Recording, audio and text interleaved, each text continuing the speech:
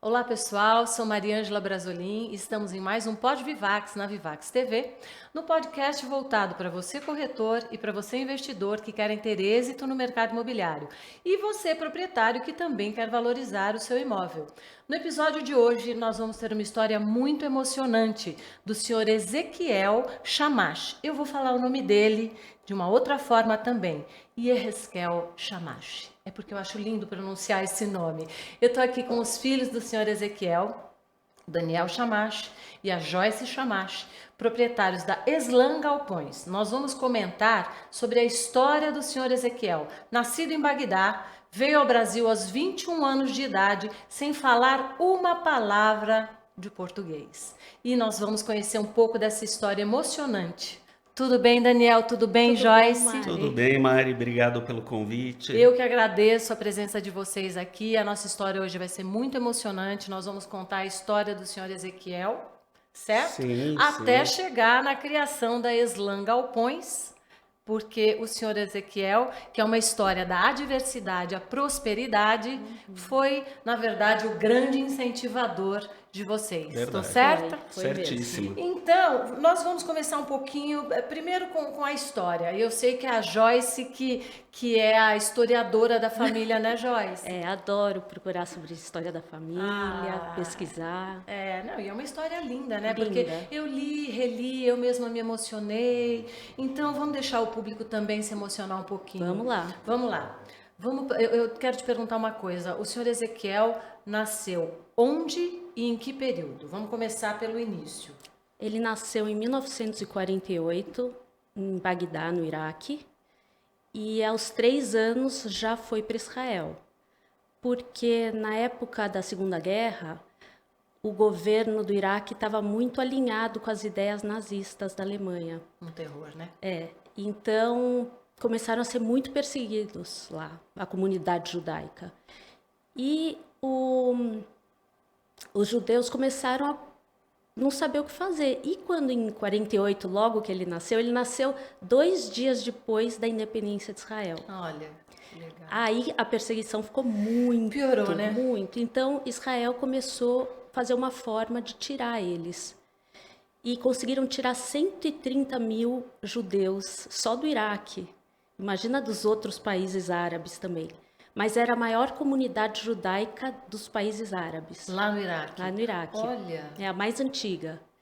Então, ele com 3 anos foram todos para lá e com a condição, o Iraque liberou eles saírem com a condição que deixassem tudo no país. Bens, propriedades, tudo. dinheiro. Até roupa. Meu Deus. Nem roupa, eles saíam com a roupa do corpo, carregavam os filhos só.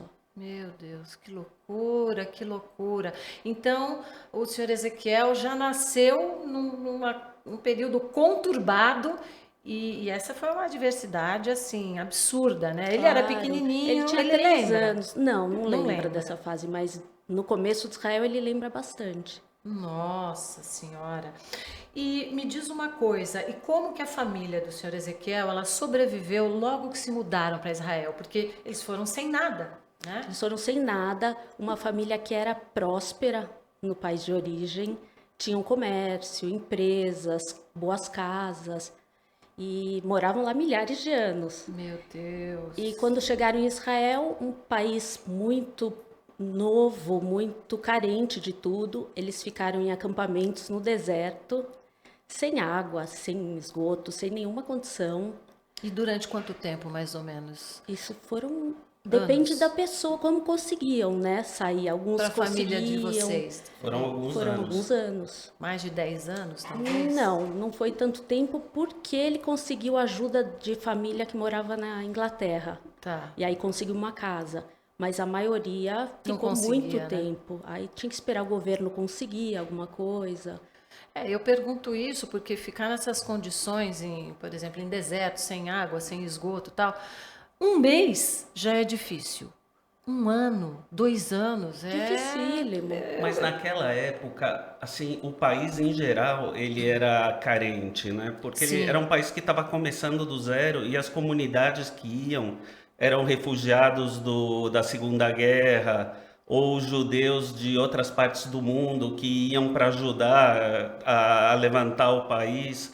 Então não dava para falar que tinha gente que estava bem. Na Não, verdade, isso, eu entendi. é A referência de todos era a mesma. Estavam isso. todos na mesma Estavam situação. todos É um no mesmo pouquinho barco. melhor, um pouquinho Sim, pior. sim, sim, sim. Eram Isso, todos idealistas, isso né? que eu ia falar. Porque aonde é que, da onde vem a força para conseguir se reerguer nisso? Eu fico aqui imaginando, de onde vem? São os filhos, né? Você não pode É. parar. Não, e é uma questão de sobrevivência. Claro. Pode, sei lá, num deserto, num sol escaldante. Eu fico imaginando. Mas E o tem- frio à noite terrível. Não, vocês conseguem mensurar isso? Quer dizer, Não, a gente não consegue. a gente não entende Não, isso, né? não, a gente Só pode quem reclamar passa. o que for do Brasil, né? Isso. Mas a gente não mensura esse tipo de situação. O Brasil é um país maravilhoso. Maravilhoso. Ele oferece para quem quer trabalhar, quem quer lutar e vencer, ele oferece muitas possibilidades. Sim, sim. Sabemos disso que nós vamos chegar lá, porque o senhor Ezequiel, Verdade. ele já é o meu ídolo, tá? A história é muito bacana. Agora, vamos falar um pouquinho da juventude. Então, ele passou todos esses perrengues, né? Aí, obviamente, foram se reerguendo dentro das possibilidades. E aí, na juventude, o que aconteceu com o senhor Ezequiel na juventude, nos 20 e poucos anos dele, né?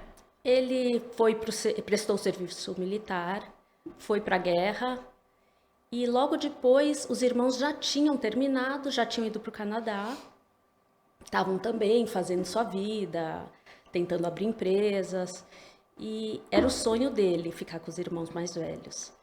Só que ele não tinha dinheiro para comprar passagem. Ele já tinha como pegar o visto, só precisava ir para lá, mas no momento não tinha. E por sorte apareceu um tio do Brasil que foi visitar a família e deu para ele uma passagem para o Brasil. Olha. Aí ele falou: bom, eu não tenho mesmo a outra passagem, vou para o Brasil e vamos ver. Veio sem falar uma palavra de português e foi trabalhar. Começou com confecção, conhecia gente. E o tio aqui do Brasil estava aqui, lógico, acabou dando um suporte, uma orientação, Ele deu um alguma suporte coisa. assim morava com ele, mas não trabalhar, nunca trabalhou com ele. Tá. Então ele foi atrás por ele mesmo. E aí? Ele era sempre muito simpático, arrojado, fazia amizades fácil. E aí aprendeu o idioma com certeza rápido. Facilmente, é. Não, e idiomas completamente Completamente. diferentes e difíceis. É. Não é? Muito Mas ele se difícil. adaptou. Super bem, com aquele sotaque típico dele. Que graça. Que até hoje tem o sotaque, Tem, provavelmente. forte, tem. Ele falava assim fluentemente 3 idiomas, né, que são hebraico, árabe e português. E falava bem, ele tá vivo ainda, Tá que vivo. ele tá com Alzheimer, então a gente fala das memórias, Das né? memórias. Mas como a gente está falando daquele período, você está se referindo Sim, a falava sim. por conta disso. Isso. E ele falava inglês também muito bem e espanhol, porque minha mãe é argentina. Então ele aprendeu. Então, ele aprendeu um pouco e se virava, assim, com esses idiomas, em qualquer lugar que ele ia, ele se virava. Olha isso. E aí, então, falando da mãe de vocês, aí ele veio ao Brasil, foi procurar o caminho dele, que foi na área têxtil, né? Foi confecção. Foi confecção, e aí ele conheceu, Aí conheceu Mames. a dona Liliana. A dona Liliana. E se apaixonaram, casaram, com a possibilidade de ir para o Canadá. Tá. Só que depois de casada, ela falou: não quero ir para o Canadá, é muito frio, deixa a família. Ela E já estava aqui na acabou- América do Sul, estava na Argentina, porque ela já se mudou da Argentina para o Para Brasil. o Brasil, pequena, com 9 anos. Pequena, É. tá. E aí acabaram ficando. Mas o sonho dele do Canadá demorou muito para passar. Para passar a vontade. tá. E a gente pequeno, ele ainda falava da gente para o Canadá. Ele não queria criar raízes aqui no país, tanto que ele não comprava imóveis aqui. Por incrível que pareça. Por uma ironia do destino, não é? Porque é irônico, ele não irônico. queria. Sim. Olha isso. Sim. Porque, na verdade, ele queria ir para lá. Isso.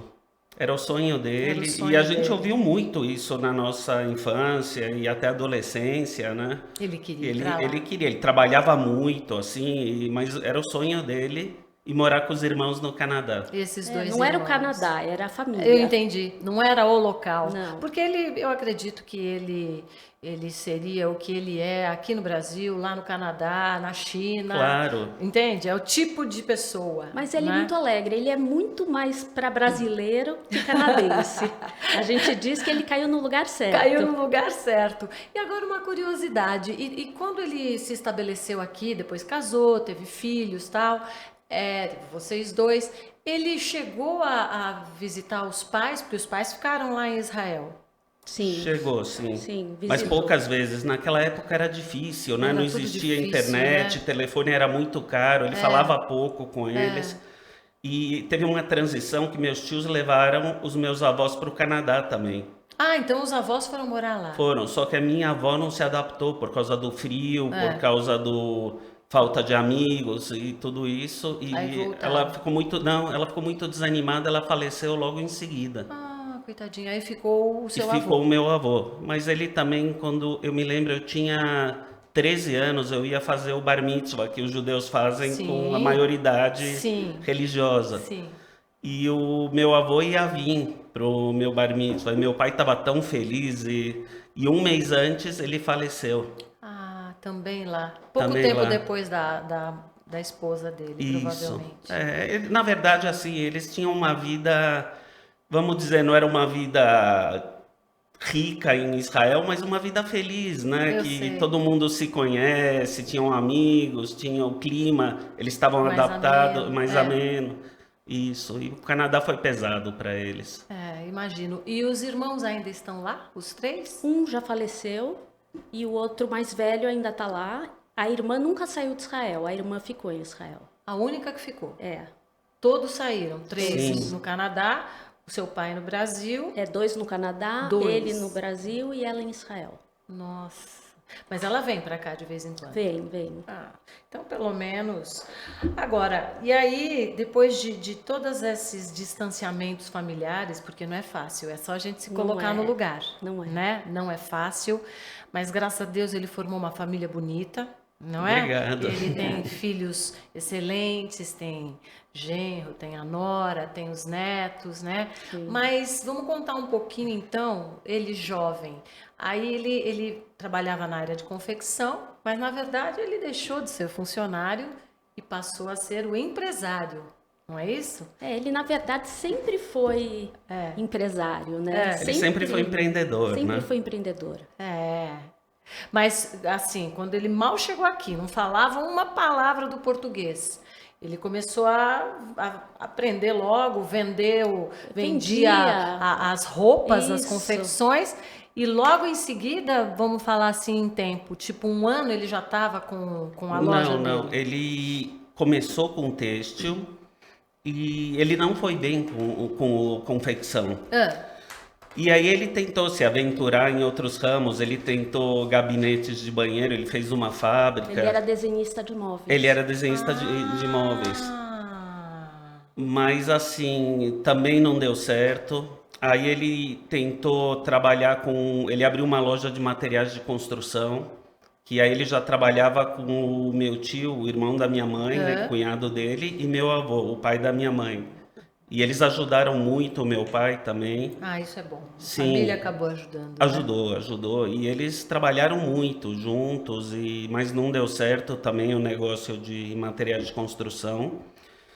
E daí ele voltou para o Bom Retiro e abriu uma loja de tecidos, né? E era uma fase assim que o Brasil estava em terra arrasada praticamente no setor têxtil, porque o Collor tinha acabado de abrir as importações e a indústria nacional era muito obsoleta, né? Os empresários eles não investiam na fábrica, tudo que entrava eles tiravam, né?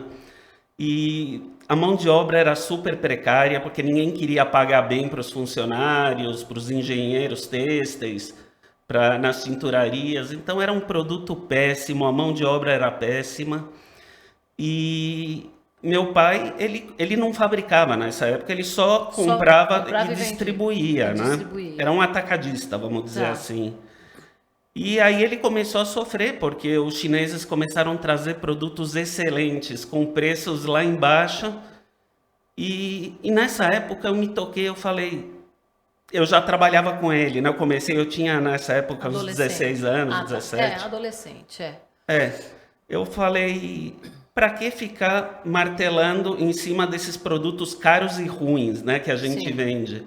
Só meu pai, ele tinha contas para pagar, ele tinha família para sustentar, eu não, né? Sim. Então eu me matriculei na faculdade de comércio exterior, falei, eu vou importar, se o pessoal está importando, né? Eu vou na onda, né? Eu vou na onda. Lógico. E meu pai, ele tinha muito medo, porque ele falava, eu não posso errar, se eu errar eu não me levanto. Sim. E daí eu mesmo comecei a costurar, aí a Joyce, ela vai contar depois como ela começou. Mas eu e ela começamos a conversar com os gerentes de bancos e para levantar empréstimos para fazer a nossa primeira importação. Entendi. Né? Mas aconteceu muita coisa ainda antes, né? A gente... Você quer contar a parte que você começou a trabalhar com... Na verdade, a gente começou a trabalhar junto, toda a família, depois de vários acontecimentos, né? O Daniel já gostava, como ele falou, ele já gostava do comércio, estava sempre na loja, adorava trabalhar, era a diversão dele. Eu já nunca fui do comércio, então... Não era sua praia, Não né? era minha praia. Eu já queria, assim, sempre quis trabalhar com hotéis. Eu falava, eu vou ter uma rede de hotéis um dia. E desde pequenininha, quando eu fiz 17 anos, continuava com o mesmo sonho, fui começar turismo, a faculdade de turismo. E poucos meses depois, o Daniel ficou doente, foi internado em coma, ficou alguns meses no hospital.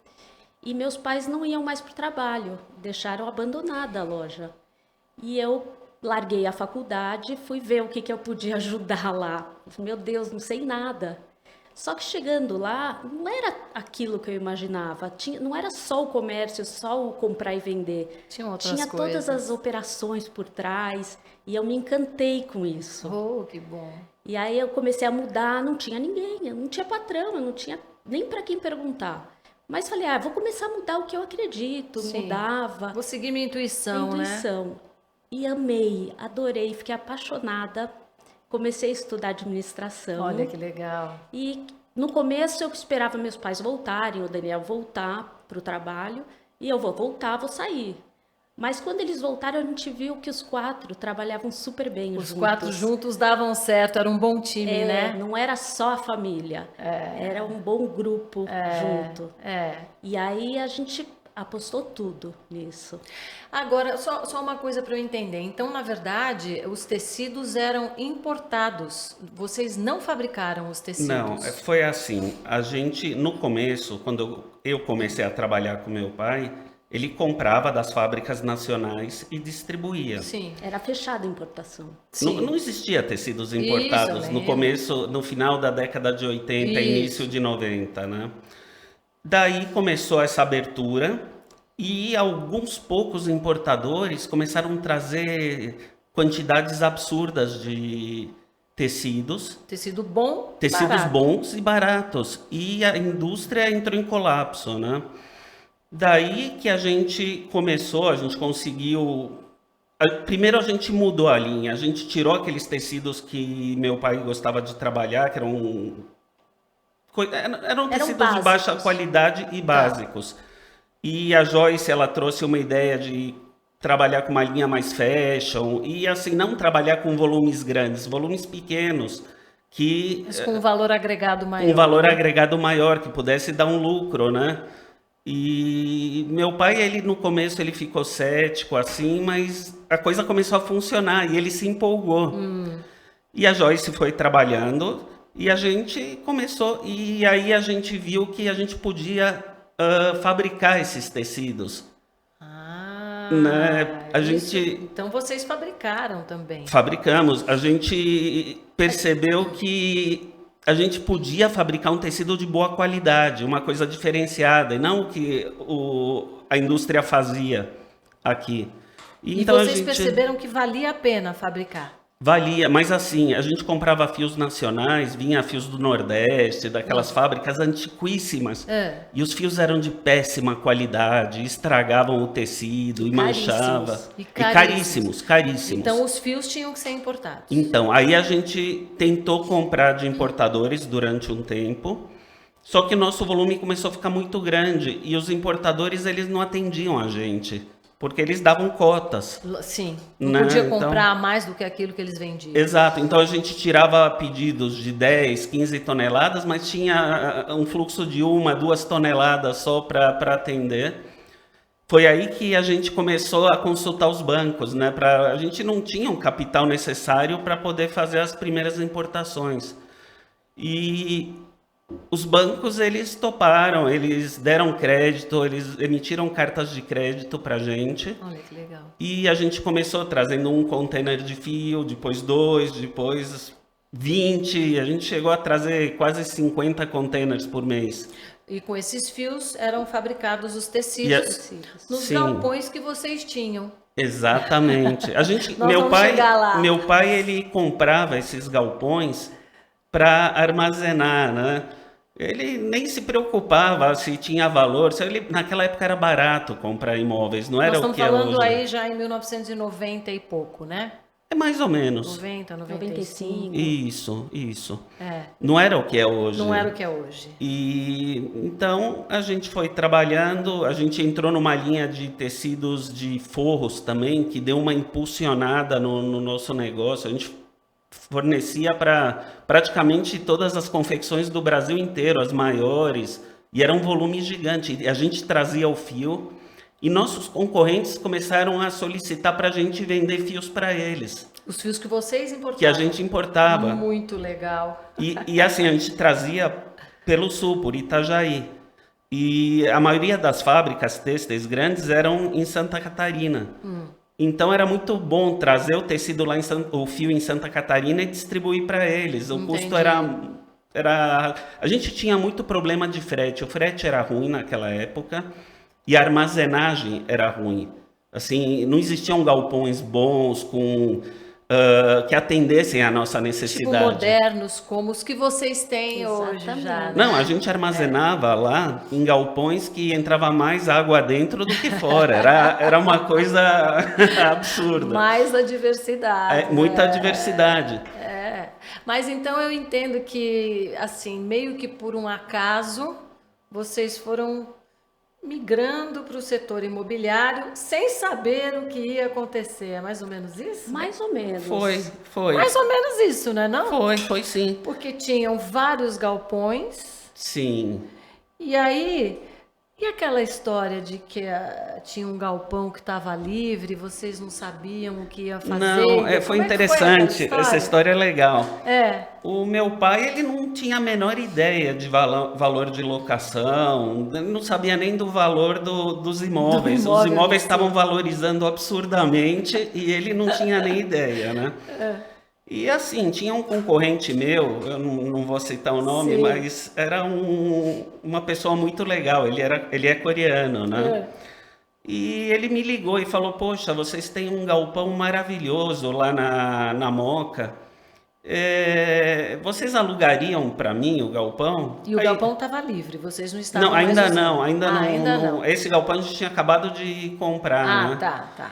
E meu pai falou, nessa época já a gente estava dando uma freada no têxtil. Tá. Né? A gente estava preocupado, a gente teve muitas fiscalizações assim pesadas e importação era difícil. E eles não, o fisco ele não considerava quem trabalhava direito e quem era contrabandista. Eles pegavam e entravam com tudo em todo mundo todo e depois falavam, desculpa, mas aí você já tinha prejuízo. lógico, E a gente estava muito chateado com essas situações, né?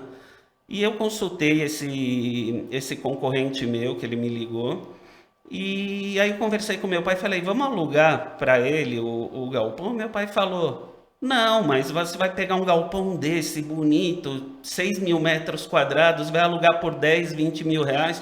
Eu falei, não, quem sabe a gente consegue, sei lá, um pouco mais, né? 30, né? É por aí. Por aí. Aí meu pai falou, bom, pergunta, né? Não custa. Aí ele chegou lá, a gente batendo papo, ele falou, eu vou passar um valor baixo para você e a gente negocia, né? Eu falei, tá bom, quanto você quer pagar? Ele falou, eu vou te pagar 120 mil.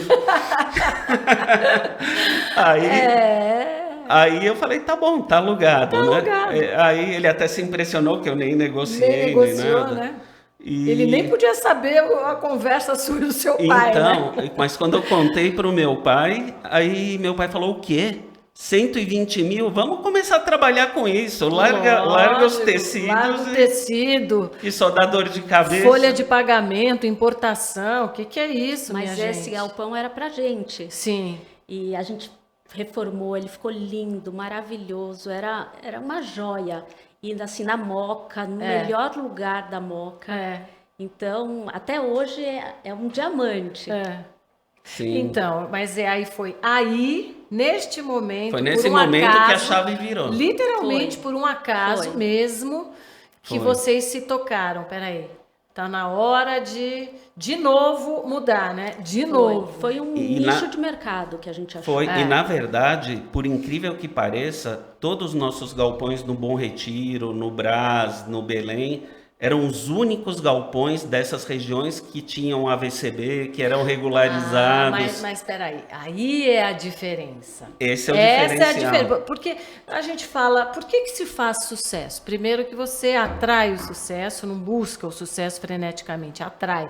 E como você atrai? Uma das formas é, faça as coisas corretamente. Direito, exatamente. Tirou o AVCB, deixou tudo em ordem, provavelmente eram imóveis antigos que foram reformados.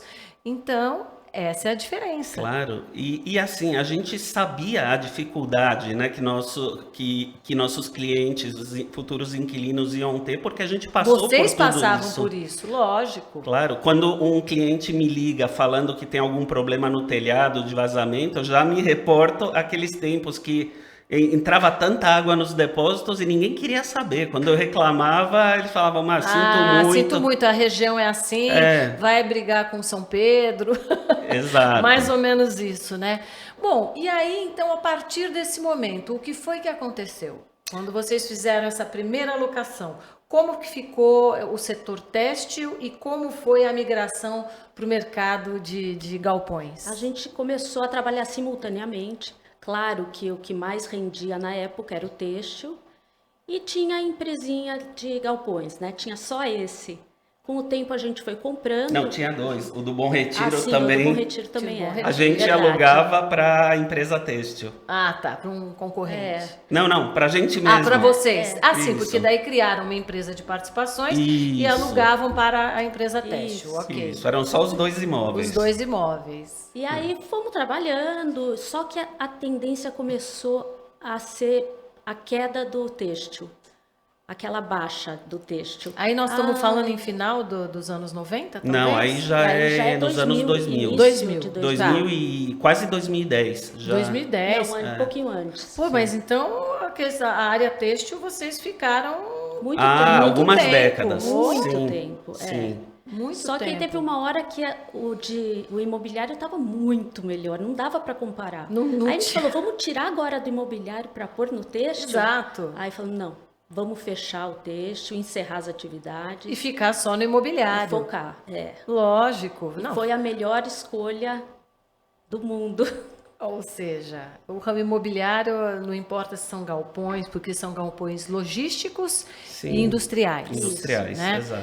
Extremamente bem localizados, né? E obviamente as mudanças continuam, porque esses galpões bem localizados são alavancados através das incorporações. Então, Isso. é assim, não para nunca. Não. Não para nunca. Não, é muito interessante isso. Verdade. É isso que eu acho legal, porque não para nunca.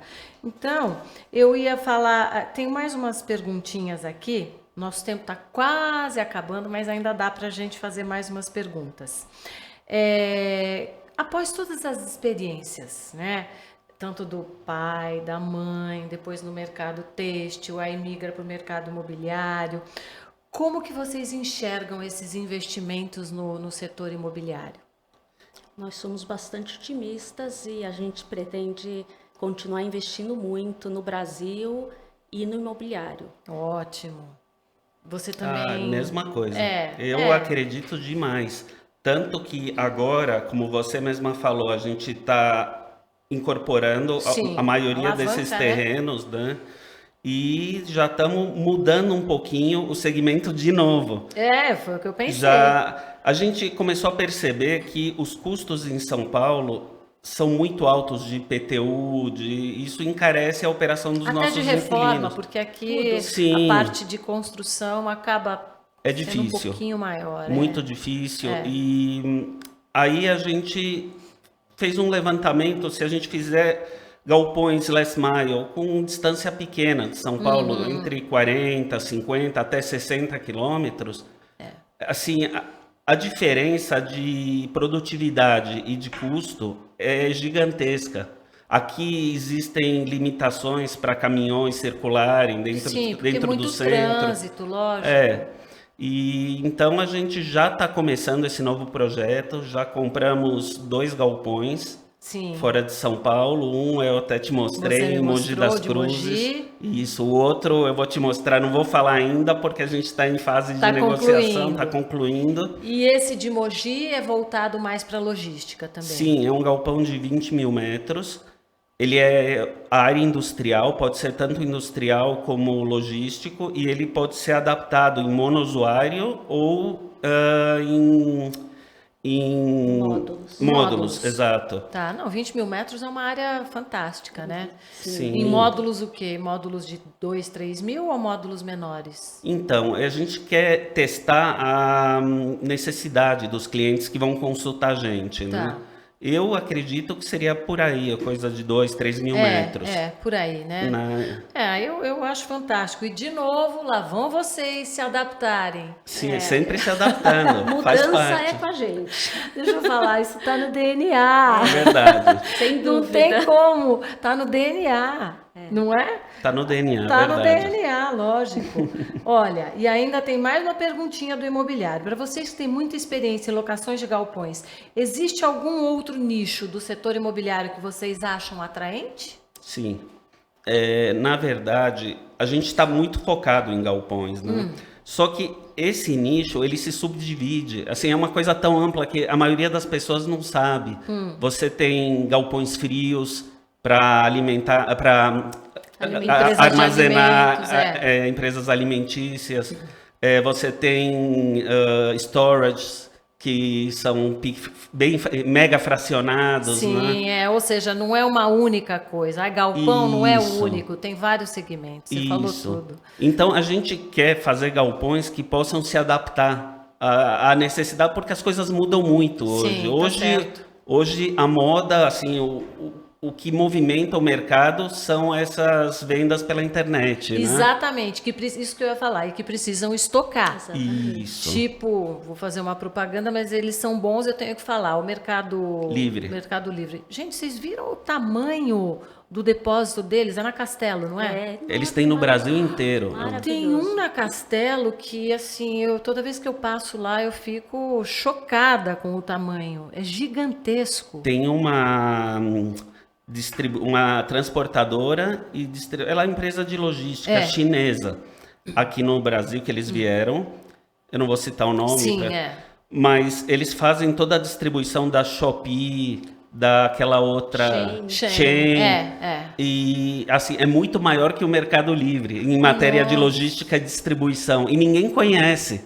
Eu não conhecia. Então, Olha. é uma coisa, assim, é um mercado tão gigante que, para você ter uma ideia, hoje a gente trabalha com ABL de mais ou menos 100 mil metros, né? Tá.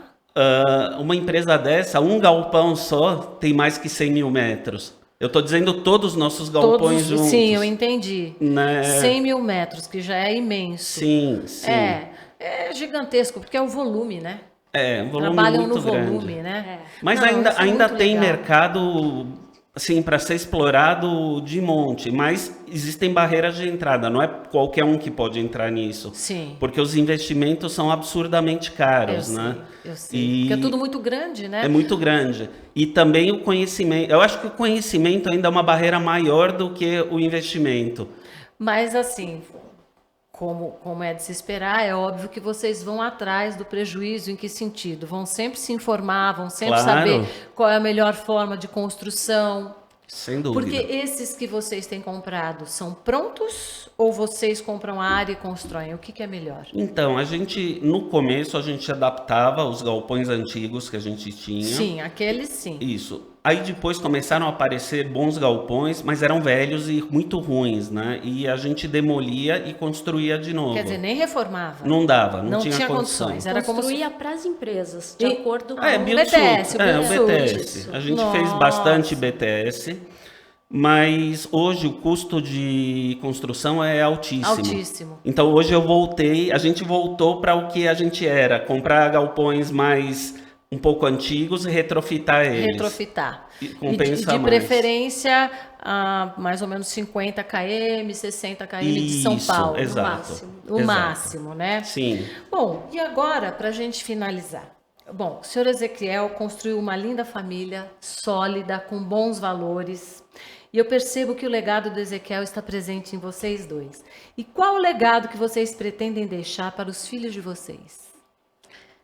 O legado que com certeza a gente pretende deixar são valores, que é o mais bonito que meus pais passaram para a gente. Sim, eu são percebo valores isso. morais e éticos, e assim, a parte financeira é o que menos importa, é isso que a gente quer passar para eles. Sim. Que eles tenham valores e deem valor a tudo, às pequenas coisas, às pessoas.